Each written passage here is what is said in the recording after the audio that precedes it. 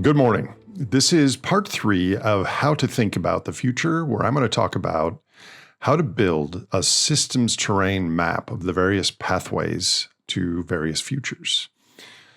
I keep making the series longer because, as most of you tuning in here feel, we're approaching a really serious juncture in our global economic situation and our culture.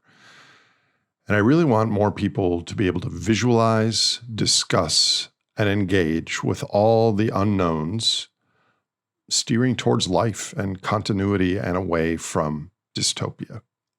Though some dystopian things are probably now baked in, indeed are happening now.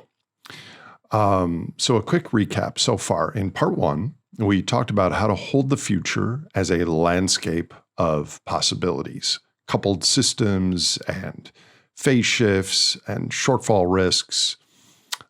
In part 2, we built 4 grids of variables that will be core components in shaping the future. Economic direction, up or down, power and distribution, geopolitics, and Earth systems. And we highlighted why technology is neither good nor bad, but an amplifier of whatever system it sits inside. In part 4, the next video, I'm going to combine sections of those 4 grids into composite worlds, specific futures descriptive enough that you can feel the difference between what it might be for us to live inside one versus another.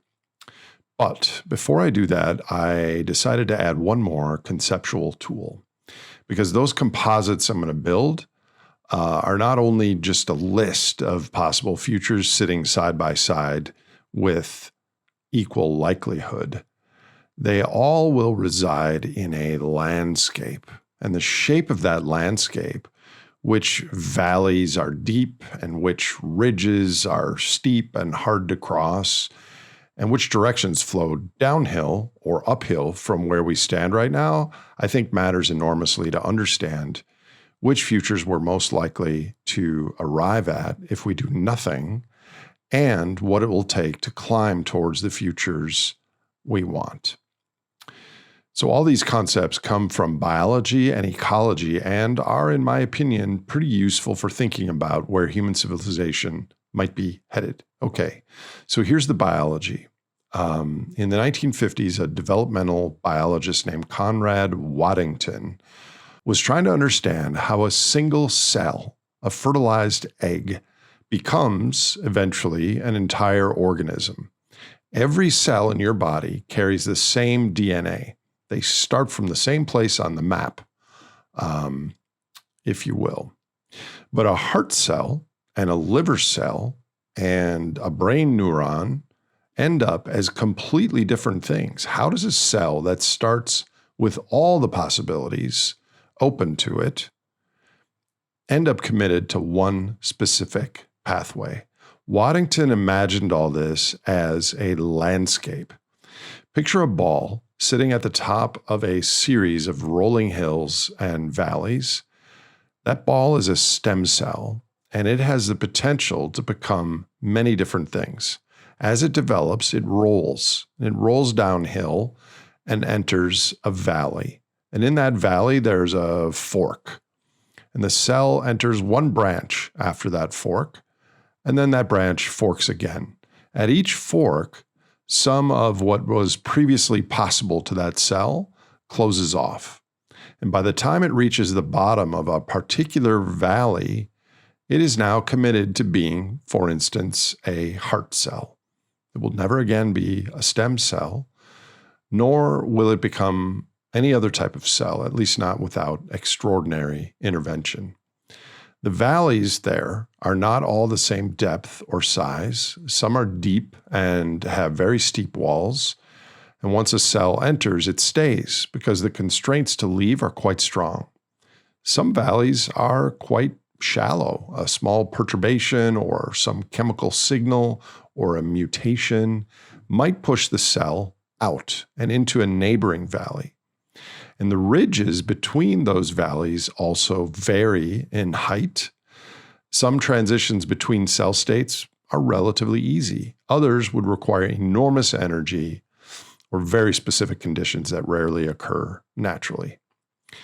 I think this way of looking at a situation with valleys and ridges and mountains is useful because, you guessed it, I think it maps directly onto human civilizational futures.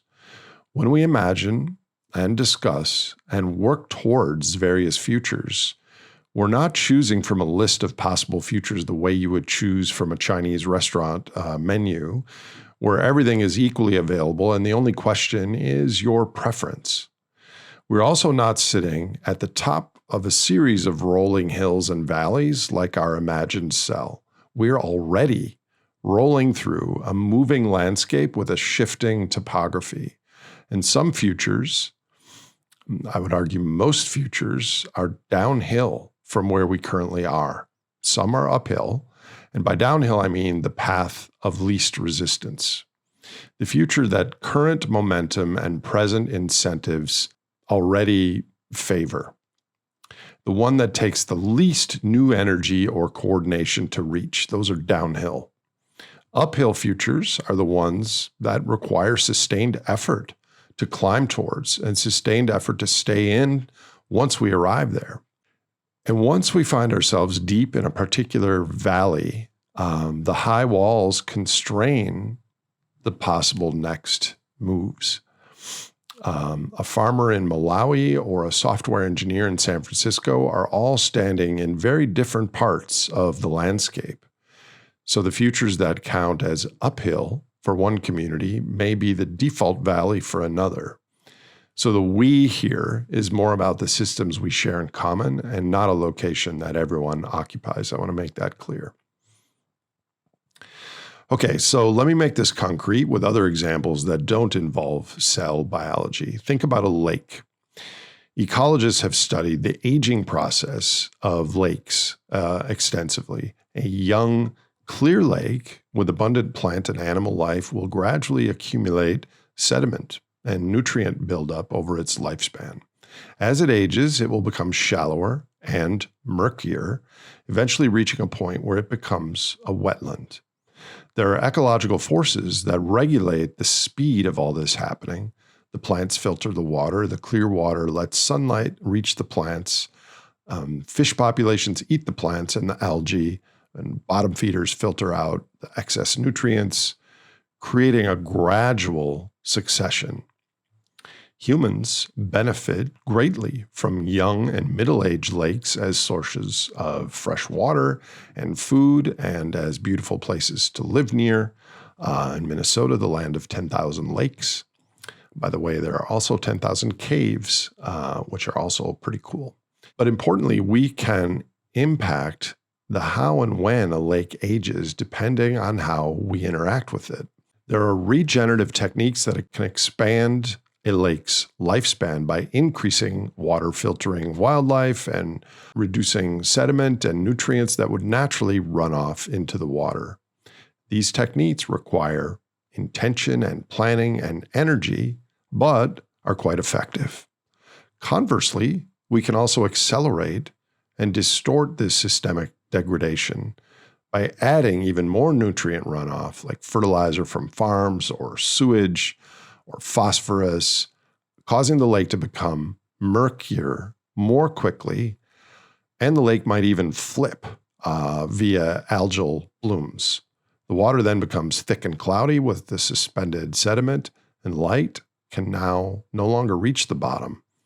Most of the plants die, the oxygen then drops, then the fish die, and the unnatural aging in this system has also tipped the lake into a new stable state, a new valley, a murky algae-dominated lake.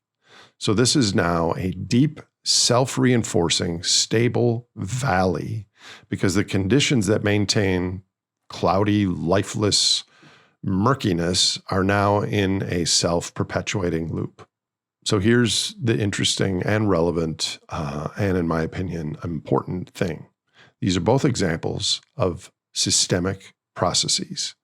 But the transition between the dynamic, life-perpetuating system and the dead zone is profoundly asymmetric. Flipping a clear lake to a murky one might take a few years of excess nutrient loading. Flipping it back, even after you completely stop that nutrient runoff, might take decades or much longer, because you don't just need to remove the offending pollutant or stressor. You would need to rebuild the entire ecosystem that was lost, the plants, the oxygen, the fish populations, and the nutrient cycles and the ecological webs. So the system settled into a new valley, and getting it back out requires climbing a ridge that didn't exist before. This pattern that I just described for lakes shows up everywhere in complex systems. And it shows up in human societies too, in lots of ways. Think about a society that transitions from democratic governance to authoritarian control during a crisis. Maybe there's a war or an economic collapse. Maybe there's gasoline and diesel shortages and empty store shelves due to military action overseas. Fear and uncertainty spike. People accept restrictions that they wouldn't normally accept. And a leader consolidates power, and then surveillance expands, and opposition is algorithmized, is that a word? And suppressed, sometimes probably violently, sometimes just through social pressure and institutional capture. And that transition from open society to authoritarianism during crisis can happen in years or decades, such as the slow erosion of the Roman Empire. We've also seen it happen in months or even faster.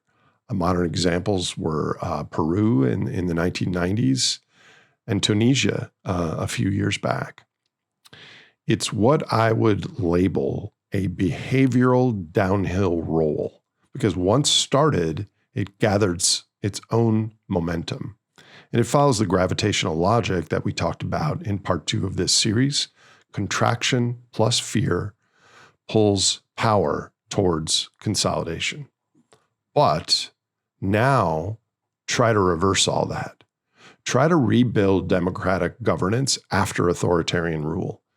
You would need, among other things, independent courts and a free press in a landscape where civic habits of debate and disagreement have atrophied.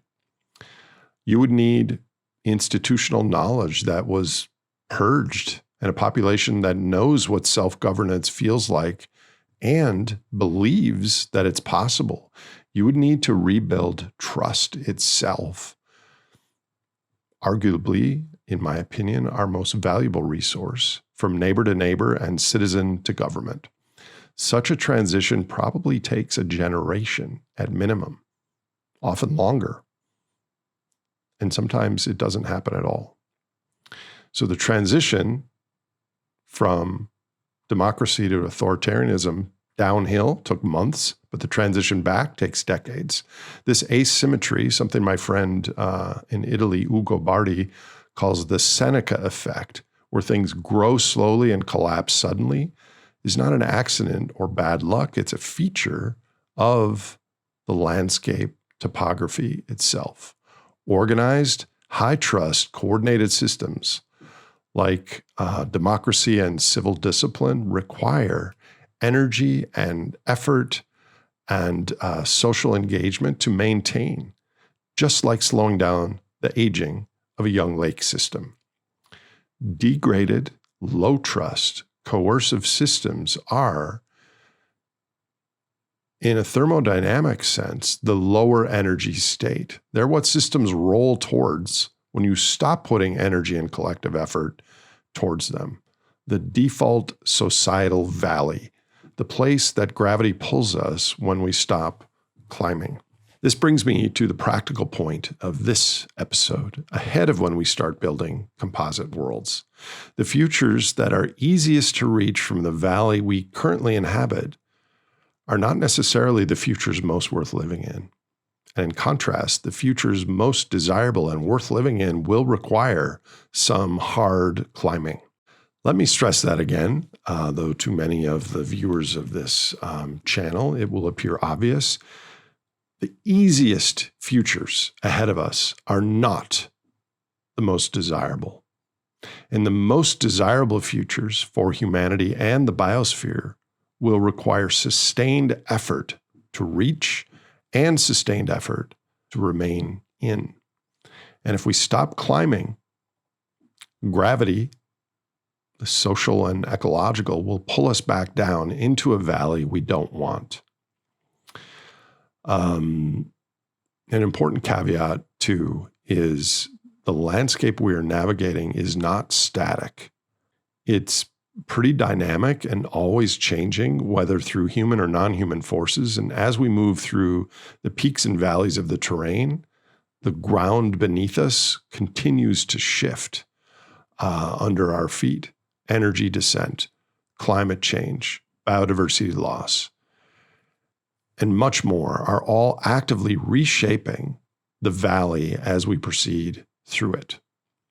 In other words, a future that was uphill in the 1990s may now be downhill, or will be in a decade from now, or vice versa. So I like to think about this in terms of what we covered in part 2. Contraction, economic contraction, combined with adversarial geopolitics and increased concentration of power, is now the path of least resistance, or at least economic contraction for most people. This is now a downhill roll. It does not require any conspiracies or villains.